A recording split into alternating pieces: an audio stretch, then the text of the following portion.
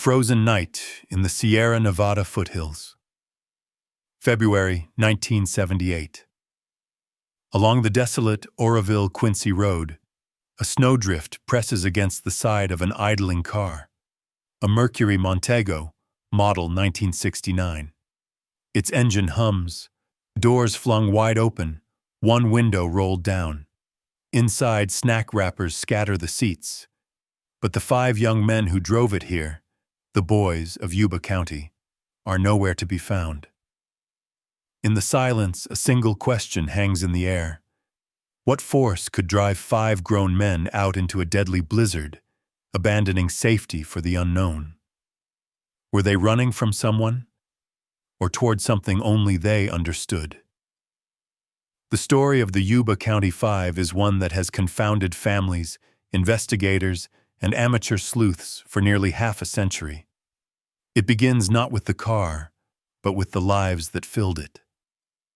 5 friends, each with their quirks, dreams, and struggles, embarking on what should have been an ordinary road trip.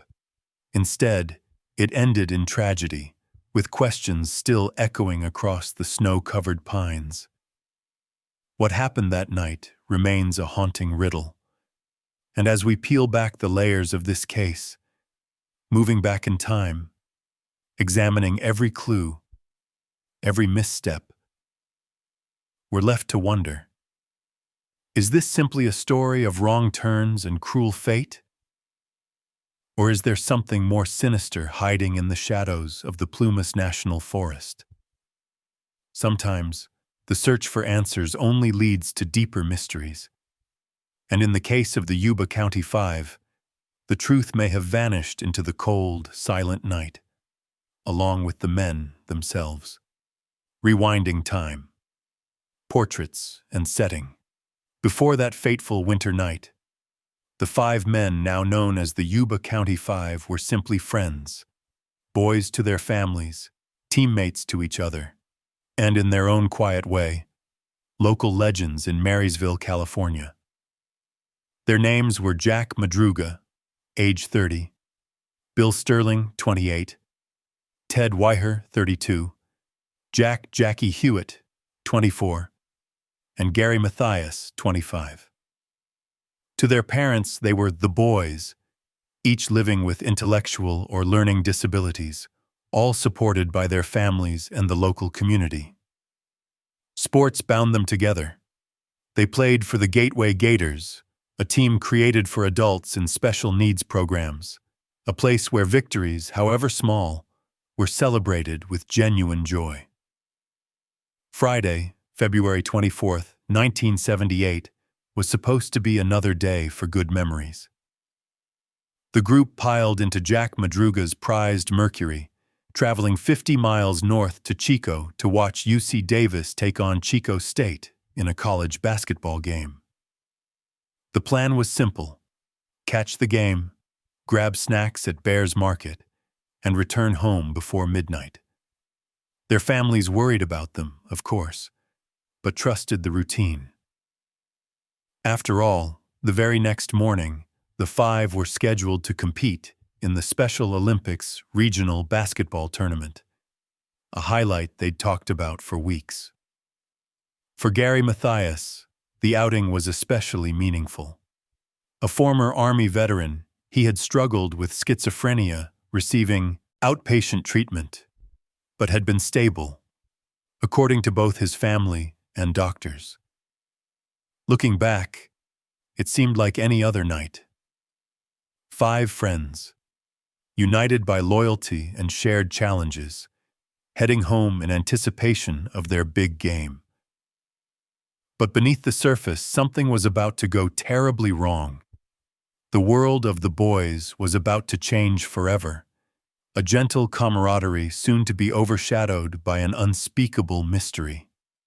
Cracks in the routine, growing tension, and early warnings. On paper, nothing about the night of February 24th seemed out of the ordinary.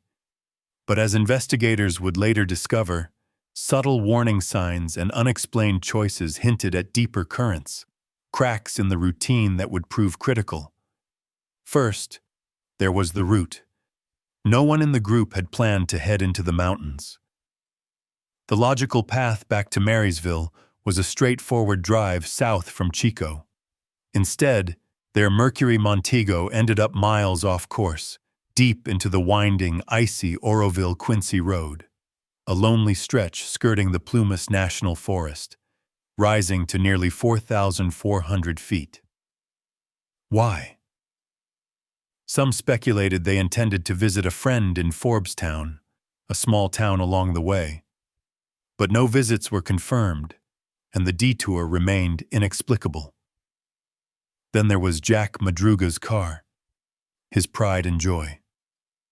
Friends and family described him as fiercely protective, rarely letting anyone else drive, never taking it on rough terrain. Yet the car was found well off the paved road, stuck but undamaged. The undercarriage was immaculate. No dents, no scratches, not even on the oil pan. It was as if the driver, whoever it was, had known exactly how to navigate the snowy back roads, or had taken extraordinary care not to damage the car. Whose decision was it to turn onto that unfamiliar mountain road? And what, or who might have influenced them? Some wondered if the boys were chased, or perhaps led astray by a misunderstanding, a wrong turn compounded by fear or confusion. Others suggested something more deliberate, a lure, a signal, or even an external threat. But perhaps the most haunting question remains: if they had never meant to be on that road, what made them keep going? Sometimes, it's the small, seemingly innocuous choices that set in motion a tragedy. In the case of the Yuba County Five, the first cracks had already begun to show, subtle, silent, and irreversible. The night unravels, a detailed timeline. February 24th, 1978. After the final buzzer sounds at the basketball game in Chico, the five friends blend into the crowd. Security footage and receipts confirm their next stop, Bears Market.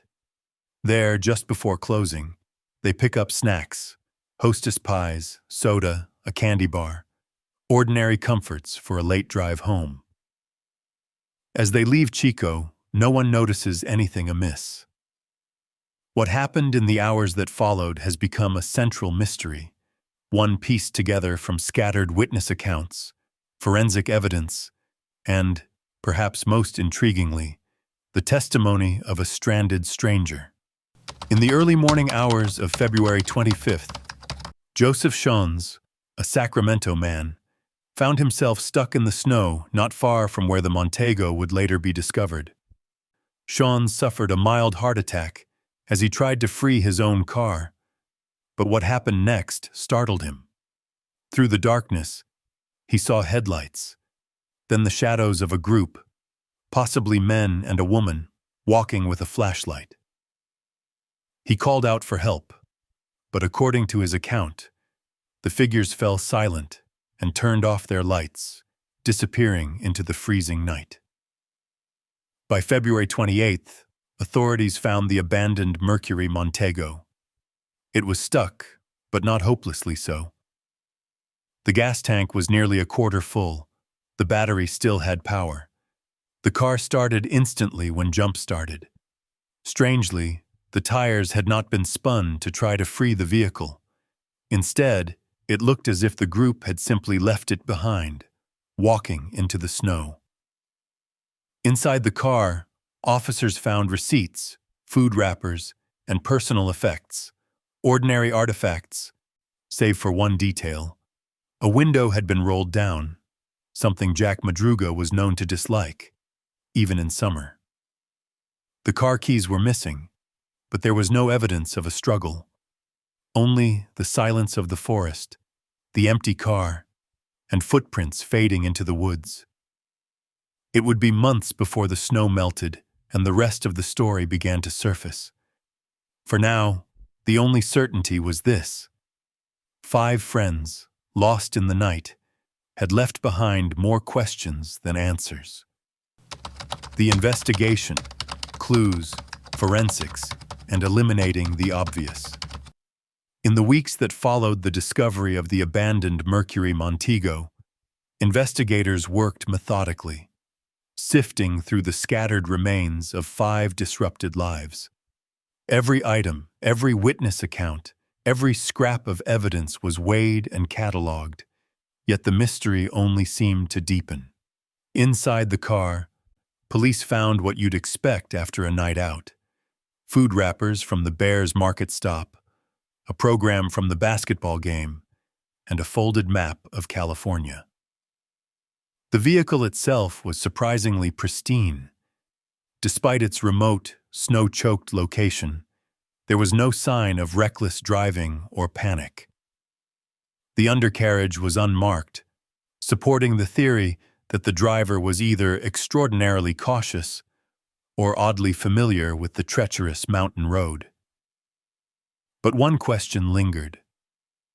Why had the group abandoned their car rather than simply turning back? Just a short walk downhill, there were houses and a lodge, places of warmth and safety. Even Joseph Shons, the heart attack victim, managed to make it there by sunrise. Yet the boys had ventured deeper into the wild. A new witness surfaced on March 3rd. An employee at Brownsville's general store claimed to have seen 4 men, resembling the missing group, in a red pickup truck the day after their disappearance. The account was credible, but investigators could not link it to any physical evidence. Then, a break came in June, when melting snow revealed a U.S. Forest Service trailer nearly 20 miles from the car. Inside lay Ted Weiher, wrapped in blankets, deceased from exposure and starvation. Forensic details painted a harrowing picture. Ted had survived for weeks, maybe even months, in the trailer. He had a grown beard, severe weight loss, and a badly injured foot. But what truly puzzled authorities were the resources left unused. The trailer was stocked with sea rations and canned food, enough to last 5 men for a year. Yet only a handful of cans had been opened, using a military-issue P-38 can opener, a detail hinting at Gary Mathias or Jack Madruga's Army background. The trailer also had matches, extra clothes, even a working gas heater, yet none had been used. Why? Scattered around the trailer were more clues. Ted's shoes missing, but Gary's sneakers left behind. 3 USFS blankets and a corroded flashlight. A gold watch, not belonging to any of the group. Outside, the remains of Jackie Hewitt, and later Jack Madruga and Bill Sterling, were found along the route between the car and the trailer, each succumbing to the cold. The cause of death was clear: exposure, not violence. Yet, with Gary Mathias never found, and the clues only raising more questions, the case seemed to grow colder with every answer uncovered. The turning point. Revelations and new doubts. Just when investigators thought they'd mapped the tragedy, the evidence shifted beneath their feet. The discovery of the Forest Service trailer was supposed to bring closure. Instead, it opened a door to even more haunting questions. Ted Weiher's long, lonely struggle for survival in the trailer changed everything. This was not a group that perished overnight in a moment of panic. Ted had lived for weeks, maybe months, after the others succumbed to the elements.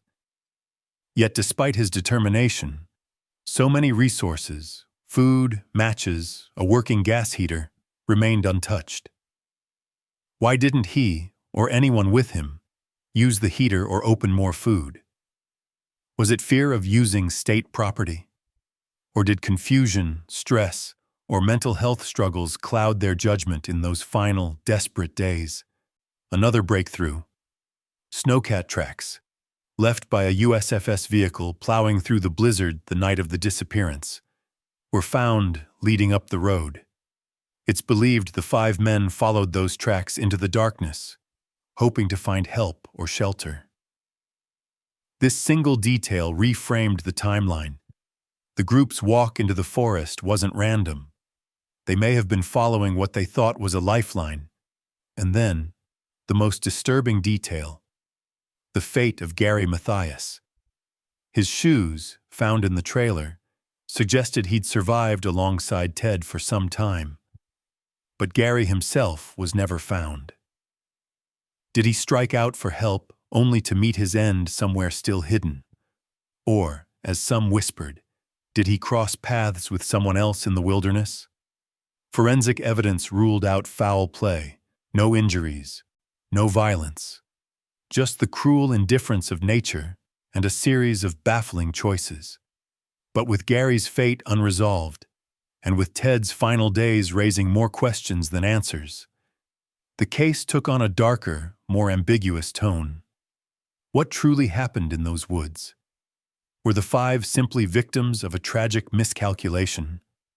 Or is there a missing piece, one final truth, lost forever beneath the snow? No verdict, no closure, the investigation's end. For all the heartbreak and painstaking effort poured into the investigation, the Yuba County 5 case would never see a courtroom. There would be no suspects, no criminal charges, no dramatic trial to provide answers or closure. The official files remained open, but with time, the possibilities narrowed to a grim certainty. 4 young men lost to the elements, and one, Gary Mathias, vanished without a trace. Coroners ruled that the deaths were caused by exposure and, in Ted Wyer's case, a cruel combination of starvation and hypothermia. The official narrative, death by misadventure, was as unsatisfying as it was logical. No evidence of violence or outside interference ever emerged, only the indifferent hand of nature and the confounding decisions made in the face of terror and confusion. Yet, for the families, nothing was truly settled. Gary Mathias's mother refused to believe her son was simply gone, holding out hope year after year for news, a sign, a miracle. Even today, he remains listed as a missing person, his file still open, his fate a question mark on the official record. The case generated a storm of rumors and amateur investigations. Some speculated about foul play or a mysterious pursuer. Others wondered if the group's intellectual disabilities left them vulnerable to panic and poor judgment. But in the absence of hard evidence, theories faded, leaving only the stubborn facts: an abandoned car, a snowbound trailer, 4 recovered bodies, and a wilderness that gave up its secrets only partially. As the years passed, the Yuba County 5 became an enduring enigma, a tragedy without villains, a story without resolution. And for the families and investigators who followed every lead, the absence of answers became its own kind of torment. Aftermath and reflections. Lessons from the cold. In the years since that bitter winter of 1978, the case of the Yuba County 5 has cast a long shadow, not just over the foothills of Northern California, but over anyone who has studied their story. It's become more than a local tragedy. It's a cautionary tale, a riddle that refuses to let go. For many, the biggest lesson is painfully simple. In the face of the unknown, staying put, waiting for help, can be the difference between life and death. The boys' decision to abandon their car, despite being relatively close to safety, proved fatal. But who among us, frightened, cold, and confused, would have chosen differently? The case also shines a light on deeper issues: the challenges faced by adults with intellectual disabilities, the dangers of groupthink under stress, and the hesitation, perhaps born of respect, perhaps of fear, to use resources that didn't belong to them. The fully stocked Forest Service trailer, left virtually untouched, is a silent testament to these inner struggles. And yet, the mystery persists. Why didn't they eat more food? Why didn't they light the stove? Why was the Mercury left in perfect condition? Where is Gary Mathias? Each answer only leads to another question, winding through 19 miles of snow and into the quiet heart of the Plumas Forest. In the end, the tragedy of the Yuba County Five serves as both a warning and a memorial. It reminds us that survival depends not just on strength or intelligence, but on tiny decisions made in moments of fear. And it reminds us, too, that some mysteries, no matter how deeply we search, may never be solved. The forest has reclaimed its silence, but for the families and all who seek the truth, the echoes of that long, cold night remain. The story of the Yuba County Five reminds us of how quickly ordinary lives can veer into the unknown, and how even the most careful investigation can leave us with more questions than answers.